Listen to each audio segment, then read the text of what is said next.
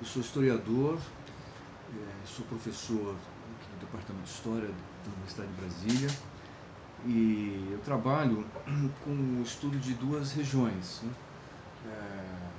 Centro-Oeste e Amazônia.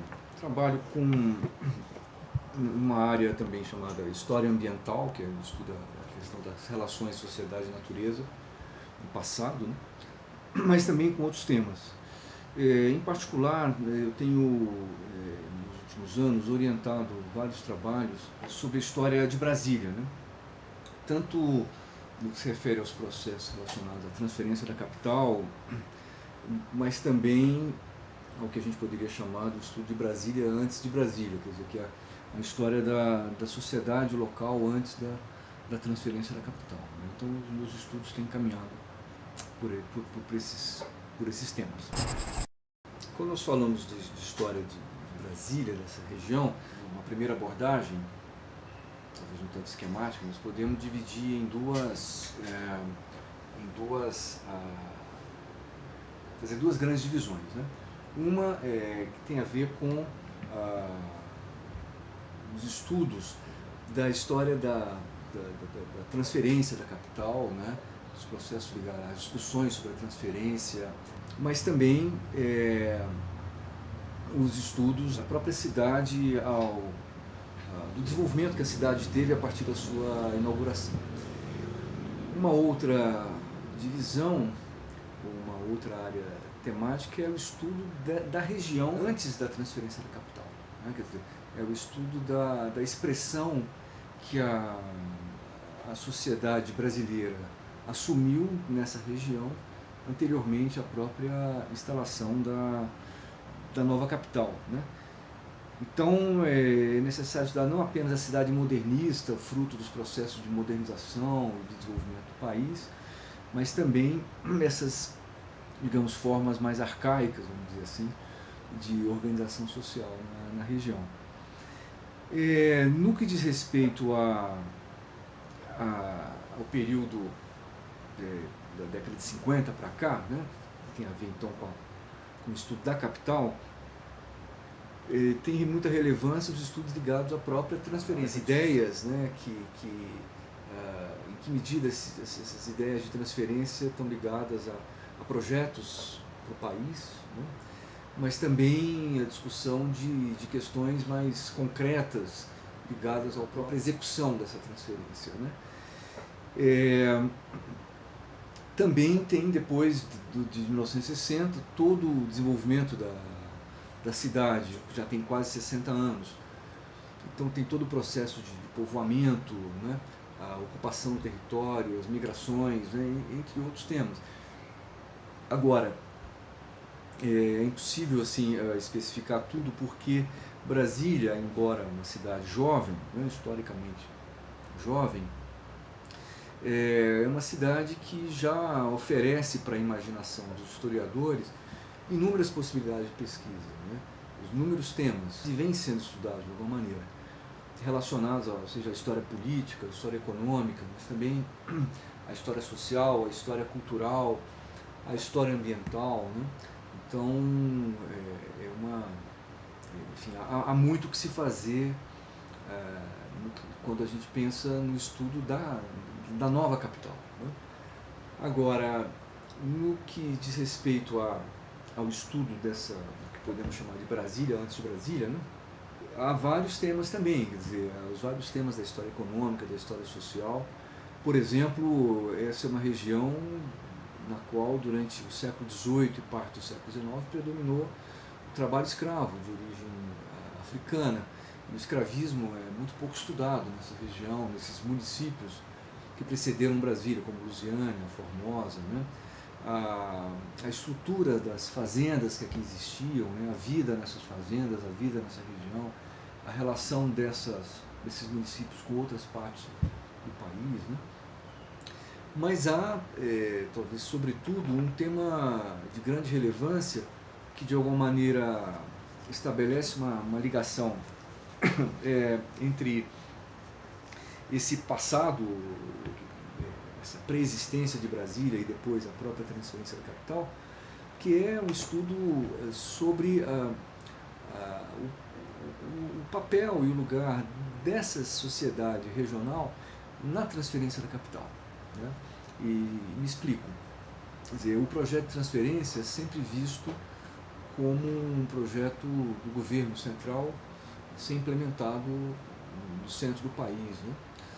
É, e é verdade, é um projeto que vem não exatamente do governo federal apenas, mas isso são ideias já inseridas nas sucessivas constituições do país, portanto, por representantes de vários estados, mas também houve também uma mobilização e havia uma grande expectativa, e essa expectativa foi até a mobilização de alguns setores da sociedade goiana pela transferência da capital. Nós podemos dizer que talvez desde que daqui saiu a Missão Cruz, com a promessa, quer dizer, com os trabalhos concretos de localização, de definição de um sítio para a transferência da capital, saiu daqui digamos, com a promessa de que a capital do país viria para cá, para essa região, nos municípios de Lusiânia, Planaltina e nas proximidades de Formosa.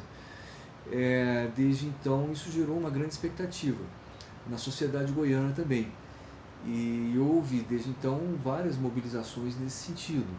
Por exemplo, a própria ideia da implantação da Pedra Fundamental de Brasília em 1922 surgiu de um deputado goiano, né, o Antônio Americano do Brasil.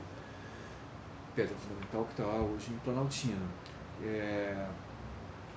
E depois, no próprio processo da transferência efetiva nos anos 50, o governo de Goiás foi muito atuante no processo de desapropriação de terras, etc. Houve uma comissão local do governo goiano e comissões, inclusive, nesses municípios, no sentido de apoiar a transferência.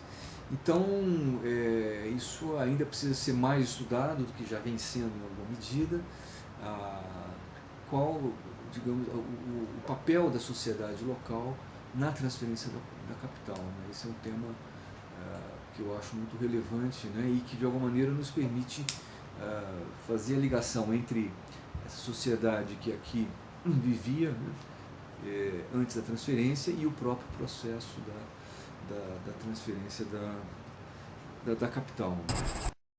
Com certeza é muito importante perceber ou estudar como essa ideia e depois a própria execução da transferência, os seus reflexos, né, ou como ela foi percebida em outras regiões do país, especialmente na capital, e que reflexos isso teve nas disputas políticas. Mais do que isso,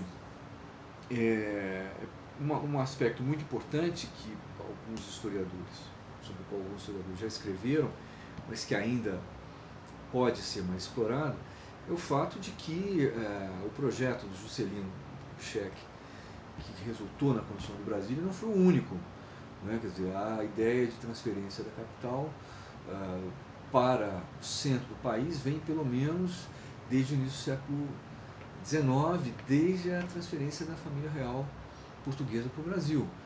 Havia ideia, houve planos de se estabelecer a capital, não do Brasil, mas de Portugal, do Reino de Portugal, no centro do Brasil, né? E depois, no momento da independência do Brasil, ao longo do Império, houve quem propusesse a transferência da capital, inclusive esboçando projetos de cidade, né, de como seria essa cidade. E finalmente, na República, a ideia da transferência foi inscrita em diversas constituições. A primeira delas, a primeira Constituição Republicana. A Missão Cruz, quando vem para Goiás, localizar, né, o melhor sítio para a instalação da nova capital, ela vem por determinação do governo federal, mas que estava seguindo, então, uma determinação da Constituição de 1891, a primeira Constituição Republicana. Depois isso se repetiu na Constituição de 1934 e depois na de 1946. Então, o projeto de transferência da capital é um projeto muito antigo, a ideia de transferência, e tem a ver, evidentemente, não só com as ideias locais, né? Mas esse é um aspecto para o qual eu tinha chamado a atenção e que é, digamos, menos estudado. Mas ela tem, na verdade, muito mais a ver com as ideias de nação. Né? Por que estabelecer a capital no centro do país? Quais as motivações que levaram a isso? Então, há motivações de segurança, né? Sobretudo no século XIX, num momento em que o próprio Rio de Janeiro, já no século XVIII, havia sido assaltado por piratas, etc. Havia esse temor em relação à capital do Império. Há questões ligadas ao incentivo ao povoamento do Império Brasileiro e depois da República, né, mas enfim, do território brasileiro. Há questões ligadas a mesmo uma certa mudança nos padrões de organização da sociedade e da economia nacionais, muito voltadas desde o período colonial para a exportação e de produtos, né, e voltada para um comércio exterior e reforçando o povoamento do litoral. E a transferência da capital para alguns dos seus proponentes poderia significar um incentivo ao povoamento do interior do país, o desenvolvimento da ocupação com pequenas propriedades rurais, a multiplicação de núcleos urbanos no interior, né? E também, para outros, associado a isso, a própria segurança do território, de fronteiras, na medida em que um território povoado seria um território mais seguro, né, diante de ameaças de invasão, né, tudo mais. Então, naturalmente que a ideia da transferência da capital está ligada a debates entre forças políticas diferentes e envolve diferentes visões e projetos para o Brasil. Para os que propunham a transferência da capital, e curiosamente quase todos esses projetos coincidiam, não rigorosamente, mas coincidiam em que o local da nova capital deveria ser central no território, a ideia está ligada, como eu disse na resposta anterior, a um incentivo ao povoamento, ocupação do território e ao desenvolvimento do potencial dessas regiões. Era uma tentativa de proporcionar, de realizar a expansão da sociedade brasileira sobre o seu próprio território, né? Quer dizer, devemos lembrar que quando o Brasil se torna independente e herda de Portugal, né, um território que é muito maior do que aquilo que a própria sociedade brasileira ocupava. Né? Há uma concentração populacional maior nas cidades litorâneas e há um povoamento menos expressivo no que é hoje o Centro-Oeste ou a Amazônia. Né? Ainda hoje, né, essas regiões somadas, elas representam, o Centro-Oeste e a Amazônia representam mais de 70% do território brasileiro e não alcançam 20% da população. Isso nos dias de hoje. No período do Império, na primeira metade do século XIX, essa proporção era ainda bem menor. Então, colocar a capital no centro do país significava um impulso para a ocupação desse território, para o povoamento desse território pela sociedade brasileira, para a melhor exploração desse território. Em alguma medida isso coincidia com a perspectiva dos goianos, né? Porque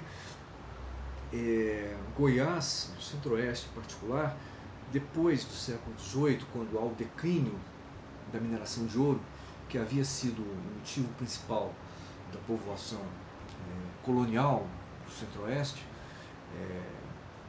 então há o declínio da produção do ouro, de alguma maneira essa região entra num relativo isolamento em relação ao restante do país. Né? Ela deixa de ter a importância comercial e econômica em geral que havia tido no século XVIII até início do século XIX, e passa digamos, a ter um desenvolvimento bastante endógeno, vamos dizer assim, com poucas relações mercantis ou culturais, sociais com o restante do país. Embora houvesse, evidentemente, não é que não houvesse, mas elas são mais tênues, né?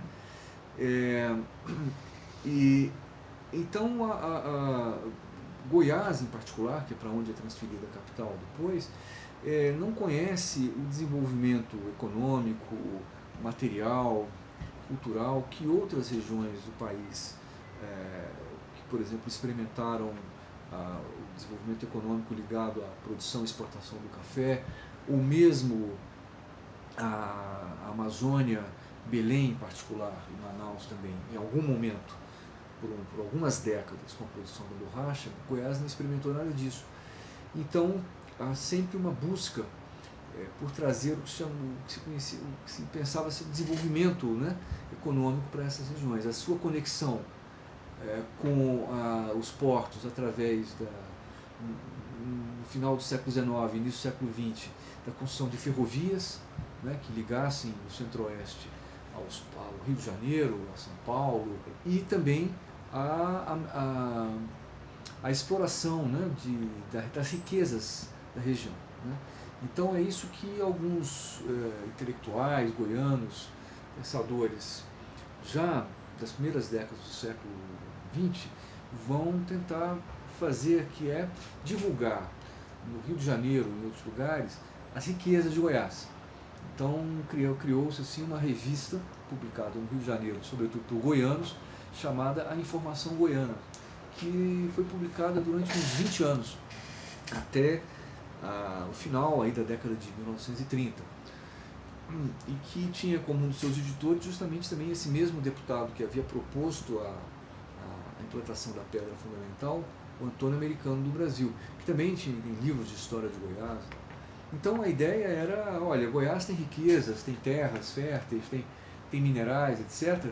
Isso precisa ser explorado, né, para trazer riqueza para cá também, para trazer prosperidade, né, para trazer o progresso para cá. Esse ideal do progresso do século XIX, né, que havia ficado restrito às áreas mais urbanizadas do território brasileiro, mas que não tinham chegado a essas regiões centrais que eram consideradas então ainda como um sertão, um grande sertão, ou seja, um lugar desprovido de civilização e de progresso, vamos dizer assim, onde predominava a vida rural e ainda assim uma vida rural voltada para si mesmo, né?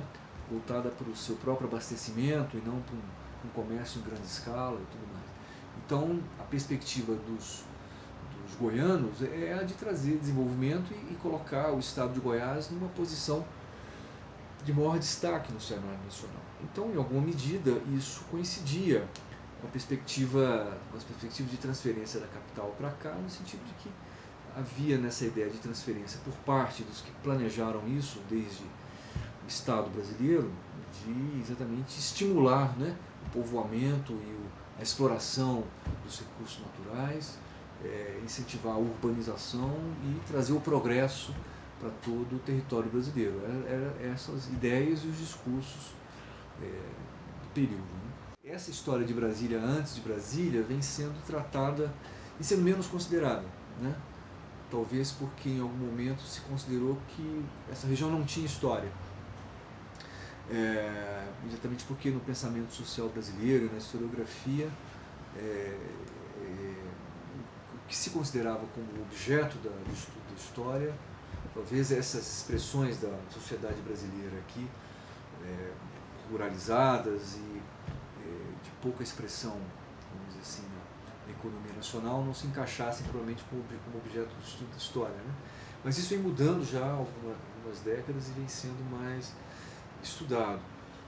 Acho que talvez valesse a pena destacar o seguinte, que sobre Brasília nos nossos dias muito já tem sido feito, ainda há muito por fazer, mas muito tem sido feito sobretudo por urbanistas e geógrafos, né, que têm se preocupado muito com exatamente esse fenômeno da ocupação do território do Distrito Federal, com o surgimento das novas cidades, né,